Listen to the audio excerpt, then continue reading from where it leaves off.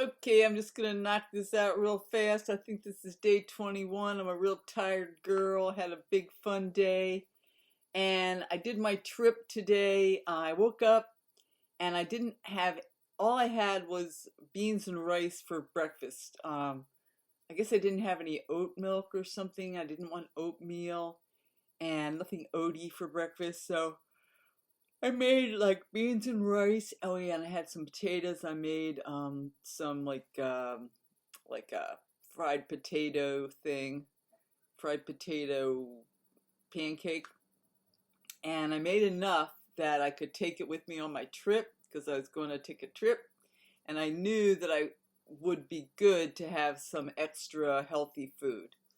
So I did. I had enough, and I had my breakfast, and then went on my trip, and I took my beans, my potato pancake, and some fruit. I took two pieces of fruit, a plum and a pear, a peach, and had my green tea. I was driving along, on my trip, and I was thinking, I'm so happy to be drinking this green tea and not coffee.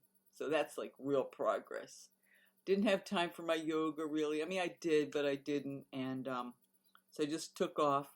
I went to the Panera, and my friend was with me. She's extremely health conscious, and I chose the Greek salad because I thought it was the best thing. But she spied a better thing after I had already ordered, and my salad actually had oil dressing. So I did have some oil in my dressing, but no bread. She asked me if I wanted bread or an apple, and I already had my fruit with me, so I said no apple. And then I had water. I didn't have the caffeinated fruity drink because it had sugar in it. And I went over to the water machine, and it kept turning into soda because I was pressing the wrong bar. I'd get water for a while, and then this like Pepsi would go into it, and I did it probably 6 times, and finally I got a pure glass of water. So the lunch was pretty successful. It was light. And then I went with my friend over. I was looking for this spring water. And boy, what a magical experience that was. It was the Chief Black Hawk Spring Water Memorial. And it was built in 1913. It was all like stone steps, and it was kind of like a ravine, a beautiful natural ravine on the Mississippi River. You could see the Mississippi in the distance, and it was just a very magical place, and you could tell hardly anybody ever went there. It was really hard to get to. We had just a heck of a time trying to figure out how to get down to this spring water and where it was. And it was dilapidated and steep, and so it was kind of a challenge physically to get there. And I only took one bottle with me because it was, so hard to get there. You couldn't. I took like 25 bottles with me. I was thinking it was something you could just kind of walk across the creek and pick it up, but no, it wasn't like that at all. And so I had this one bottle of the spring water that I got. It's kind of like in a cave. You have to kind of go. And I went as close. I had my sneakers with me, and I walked as close as I could. My friend had her like really expensive sneakers, so she couldn't get that close. So she only got like a quarter of a bottle. And then we crawled back up to the top, and I had my magical spring water, one gallon. Was it a gallon? Yeah, it might have been like a gallon and a half. So just cut to the chase, when I got home and I tasted it, because I was really looking forward to seeing how it tasted.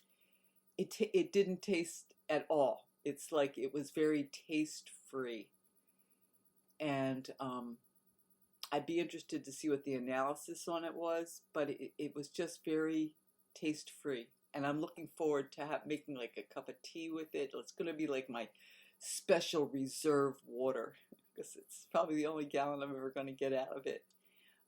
It's a long drive, and it's very hard to get. And she was saying, well, if we wanted to get more bottles, we could pull it up with a rope, which is about the only way you could do it. Like, you do a team tag thing and pull them up with a rope, but it would be really an ordeal. Anyway, it was very interesting. I'm very glad I did it. It was just a really kind of a fun exploration thing to do. And then on my drive back, um, I had still had some of my green tea. It was the cooler, it had been sitting, and it was kind of a nice mild day too. It wasn't too hot. Um, I got into this next town and I wanted to get some baked beans because I was supposed to go to a big feed tonight. And I thought, well, something quick I could take is some vegetarian baked beans, bushes, and I wouldn't even necessarily eat them.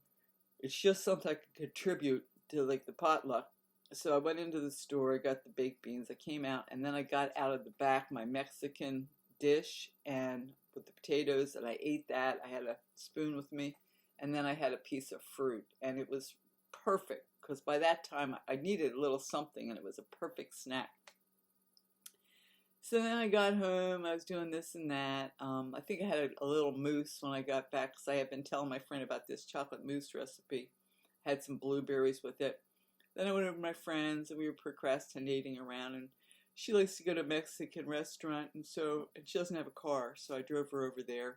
We ordered on takeout, and I got a tamale and one tamale and some rice, Spanish rice, or just rice, like, yeah. And it was a good choice to get from a restaurant. It was a very good choice. And then I came home and had a little herbal tea, and that was it. And that's the end of my day. It was a really fun day. I stayed on track. And I'll tell you the other thing about today is the friend that I went to visit over at the Springwater place is the most fit, dedicated person I know. She gets up at like 3:30 every morning. She's out to the gym by 4 with her husband. And she is so fit. She's very tall. And she's just been dedicated to exercise as long as I've known her. I've known her for probably about, I don't know, 10 years. And she's such an inspiration to me. And like, as I was talking to her, like, she doesn't yo-yo. She just stays the course. And I was just listening. I was on Facebook and I saw a little video he did about how to stop yo-yoing and how to get really committed.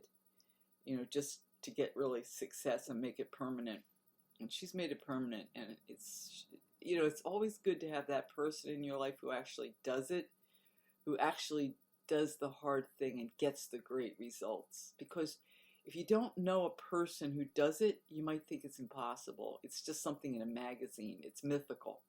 But when you know a human being who does it, and you can see these incredible results, it's and she's a serious, like, weightlifter, like, serious about it. It's just an inspiration. I'm so grateful to have her in my life and to have met her, because I might have gone through an entire life and never really actually been friends with somebody who is totally committed to diet. Like, as long as I've known her, if she goes out to eat, she'll have chicken and vegetables, steamed broccoli. That's it. And and she changes it up, but just very, very strict, very devoted. So anyway, so that's my day 21 wrap up in my Starch Solution portion control diet, and that is June of 2022.